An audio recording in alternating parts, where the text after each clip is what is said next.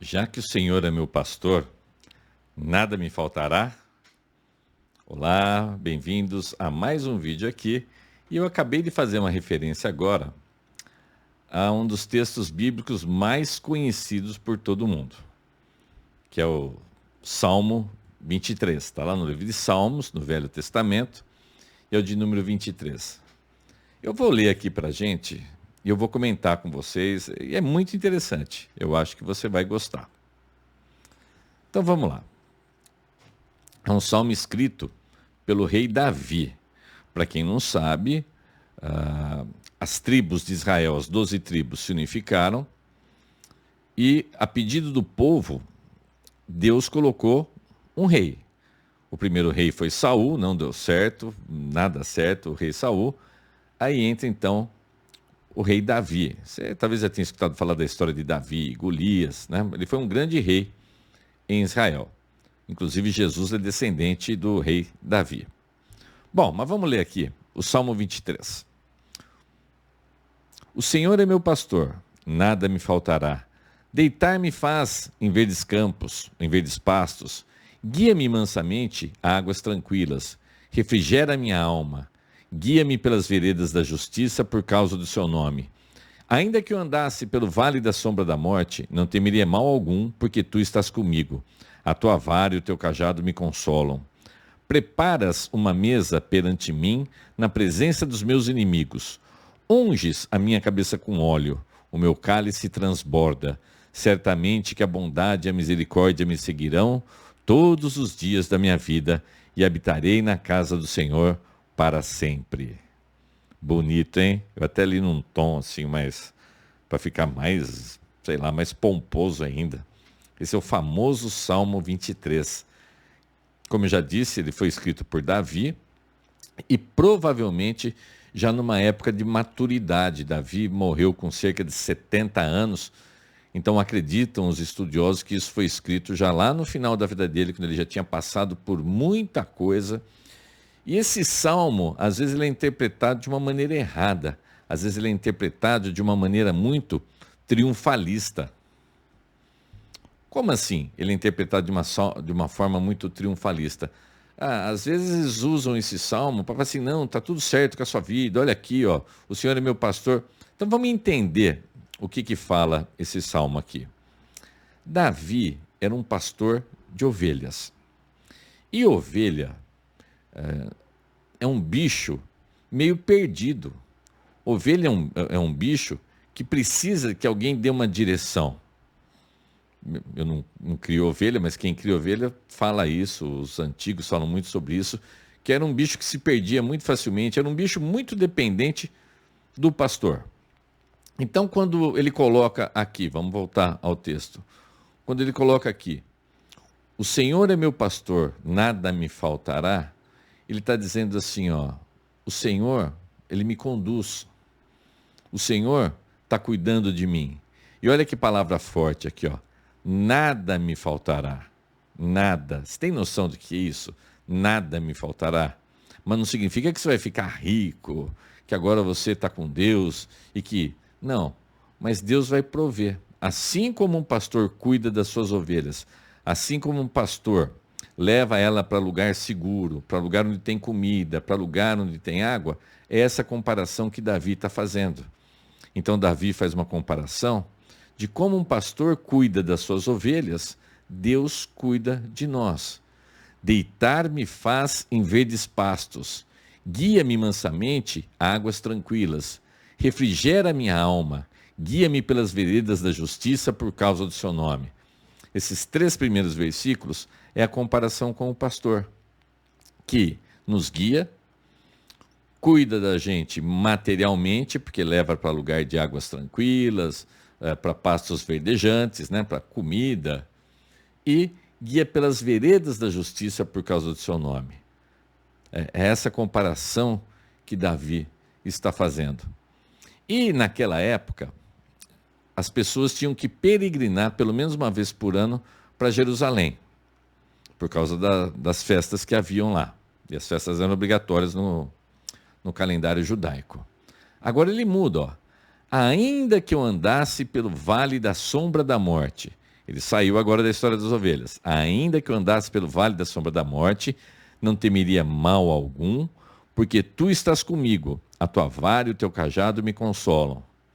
Nessas viagens se passavam por lugares muito perigosos, cheios de bandidos, salteadores. Ele está colocando aqui para você agora ficar tranquilo.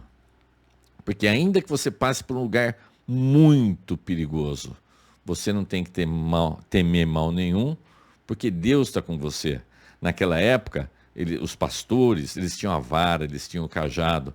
Então é Deus te protegendo na sua jornada aqui na terra. Esse é o significado. Ainda que eu andasse pelo vale da sombra da morte. Para Davi, isso era uma referência à peregrinação. Para nós, nos dias de hoje, a nossa vida é esse vale da sombra da morte. A gente vive num mundo cruel, num mundo perigoso. E eu não digo só da violência física, mas é da violência emocional, é da violência social. E Deus nos guarda de tudo isso. Então, Deus é o pastor, Deus é o que toma conta da gente nos lugares perigosos. Agora, continuando aqui, o versículo 5. Preparas uma mesa perante mim, na presença dos meus inimigos. Unge a minha cabeça com óleo, o meu cálice transborda.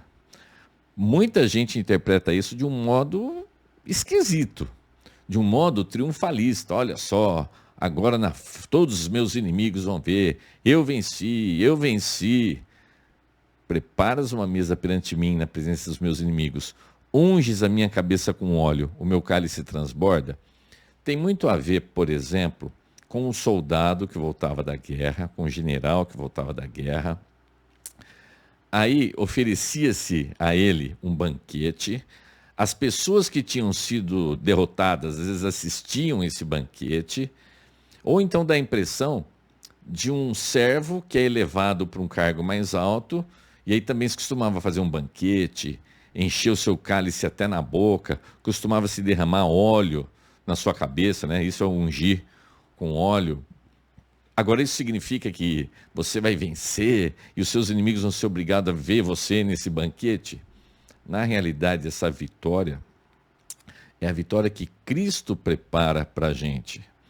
O mesmo rei Davi que escreveu esse Salmo 23, ele escreveu o Salmo 22. Eu já vou casar o Salmo 23 com o 22. E agora o último, esse salmo é curtinho, só tem 6. Versículo 6. Certamente que a bondade e a misericórdia me seguirão todos os dias da minha vida e habitarei na casa do Senhor para sempre. Deus vai te preparar esse banquete e a bondade e a misericórdia te seguirão e você vai habitar na casa do Senhor. Para Davi, a casa do Senhor era o templo. Para nós, num outro sentido, é a vida eterna, preparada por Jesus, ali no versículo 5.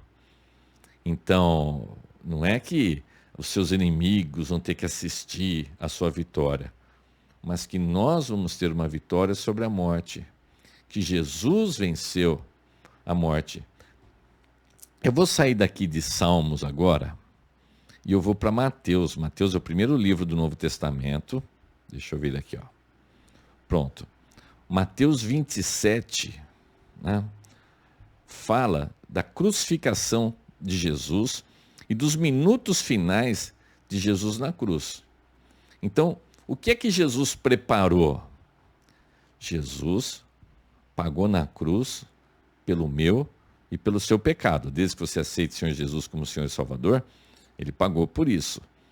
Então, olha só, você já vai entender como que isso casa com o Salmo 22. Eu li sobre o Salmo 23, agora eu vou falar de Mateus 27.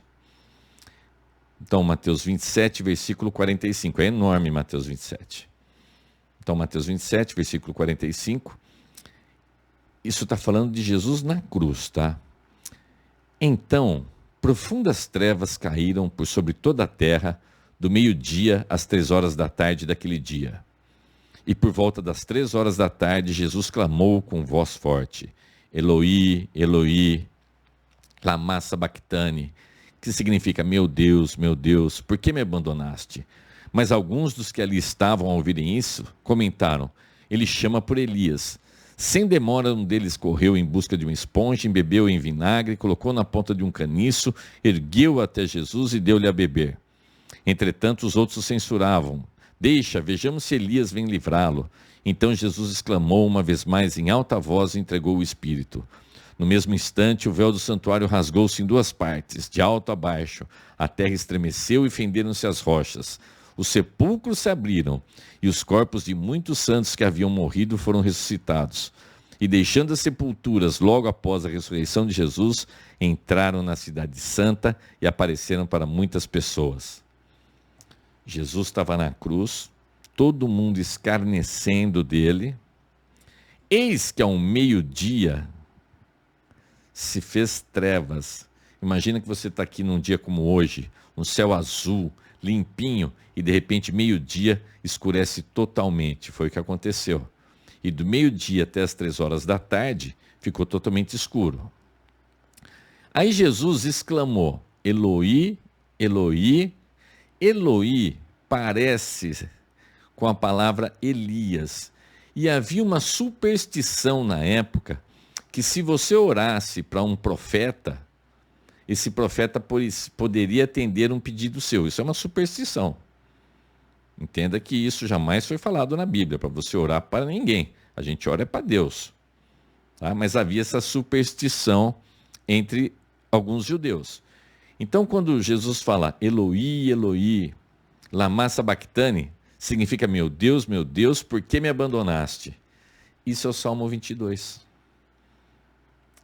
O rei Davi, ele teve diversas revelações sobre a vinda de Cristo.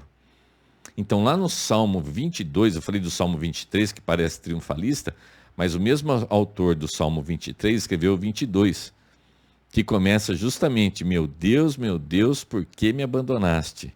Eram as palavras de Jesus. Então, quando você vê que Deus vai preparar um banquete, uma mesa na frente dos seus inimigos, na realidade a gente está falando dessa graça imerecida. Tudo que Jesus passou na cruz, tudo que ele sofreu, para que eu e você pudéssemos ter acesso aos novos céus e à nova terra. E olha que coisa poderosa se você ler isso daqui. Por que deram um vinagre para Jesus? Isso também de uma outra citação lá do Velho Testamento. O vinagre meio que dava uma amortecida, era um jeito de prolongar o sofrimento dele. Por isso que puseram numa varinha e puseram na boca dele, deram vinagre para ele beber. Aí Jesus morre na cruz. Imagina, abandonado por Deus naquele momento, Deus virou as costas para ele, ele sentindo toda a dor, toda a sujeira, todo o meu pecado, o seu pecado, toda a justiça de Deus foi feita nele ali. Aí Jesus morre, entrega o seu espírito para Deus, tem um terremoto tremendo, os sepulcros se abrem e um monte de mortos saindo da sepultura, indo para a cidade, todo mundo vendo. Foi algo terrivelmente assim, visível, algo assustador. Agora você imagina o que vai ser quando Jesus voltar de novo, né? Porque Jesus ressuscitou, depois ele sobe aos céus. Agora você imagina quando ele voltar de novo. Voltando ao Salmo 23. O Senhor é meu pastor e nada me faltará? Sim. O Senhor é meu pastor e nada me faltará? Sim. Ele nos guia como as ovelhas? Sim. Ele cuida de nós como o pastor cuida das ovelhas? Sim. Ainda que você andasse pelo vale da sombra da morte, lugares terríveis, lugares perigosos, Deus cuida. Você pode andar seguro. Só que esse Deus cuida é o seguinte: você pode morrer, mas Deus cuida. Se você estiver em Deus, você vai para junto dele. Se você passar necessidade, Deus cuida. Mas pode ser que esse cuidar seja ele fazer você suportar essa necessidade. Mas de qualquer forma você não perde. Você estando com Deus, você nunca perde. Porque é aquela história que o povo fala muito: se não andar sobre as águas, Deus abre o mar. E também se você se afogar, você vai para o Senhor. Não tem como errar, não tem como perder. Que você possa entregar a sua vida ao Senhor Jesus, que você possa fazer essa reflexão, que você entenda que Deus cuida do seu povo, que Jesus veio por todos aqueles que vão honrar o seu nome, por todos aqueles que vão pedir perdão pelos pecados, por todos aqueles que vão aceitá-lo como seu Senhor e Salvador. Que você tenha uma linda e abençoada semana. A gente se encontra no próximo vídeo. Um grande abraço, tudo de bom. Tchau, tchau.